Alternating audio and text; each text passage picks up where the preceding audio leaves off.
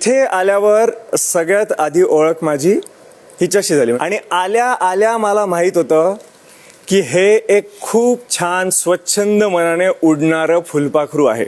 पण मग लगेचच मला कळलं की ते एका अशा कार्डबोर्डच्या गठ्ठ्यामध्ये जाऊन बसलं की ज्या आळीतून फुलपाखरू बाहेर यायला पाहिजे तिथून एक झुरळ बाहेर आलं. आणि त्याला वाटत होतं की आपण रोज एक नवीन व्यंजन खातोय, आपलं अपग्रेडेशन होतंय, पण तसं काही नव्हतं. ती रोज एक वेगळी केराची पेटी होती. आता एकदा खोक्यात गेलं तर गेलं, कशात काय, खोक्यात पाय. जरी म्हणायला 6 पाय असले की कुठेही जाऊ शकतो, कसंही पळू शकतो, बट इव्हेंच्युअली ते 6 पाय काहीच कामाचे नाही जेव्हा एकच मोठा पाय त्याच्यावर ठेवला जातो.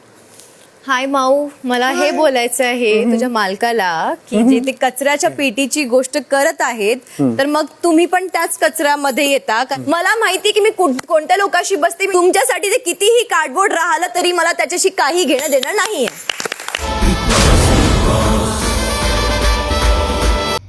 मराठी कला विश्वातील अशाच अपडेट जाणून घेण्यासाठी तुम्ही आमचं चॅनल टेलीचक्कर रिजनला नक्कीच सबस्क्राईब करा.